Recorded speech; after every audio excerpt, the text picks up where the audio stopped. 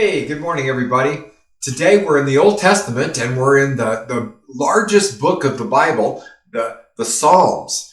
And we're looking at number 8, and that's written by King David, one of the 73 that are attributed to him. And from the very beginning of the Psalm, even before David was writing, there's a preface that says, this is a song. In fact, it was meant to be played to musical instruments.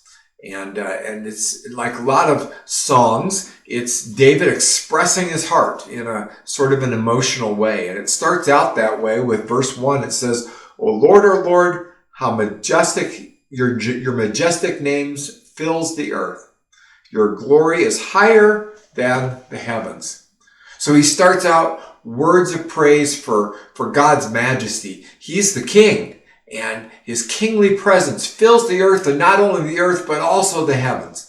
David is just overflowing with praise for God. The second verse is probably the most difficult one to understand, but even this one is pretty clear. It says, you have taught children and infants to tell of your strength, silencing your enemies and all who would oppose you.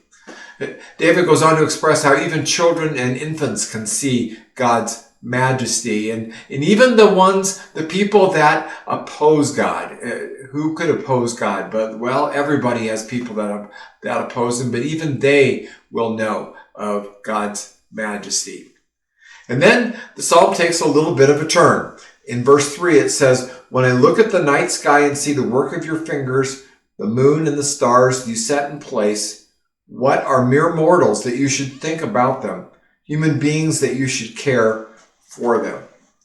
When David is looking up into the sky and seeing the vastness of the sky and God's majesty and God's greatness, appropriately, he says to himself, wow, I look really small in comparison to this. God is God and I am not. And I think the quicker I realize this, the better. And then he finishes off with these verses. It says, you made them only a little lower than God and crowned them with glory and honor. You gave them charge of everything you made, putting all things under their authority, the flocks and the herds and all the wild animals, the birds of the sky, the fish in the sea, and everything that swims in the ocean currents. This is David's final point. He says, though we are not God, and though God is God, God has honored us with the opportunity to take charge over the rest of creation, to rule it.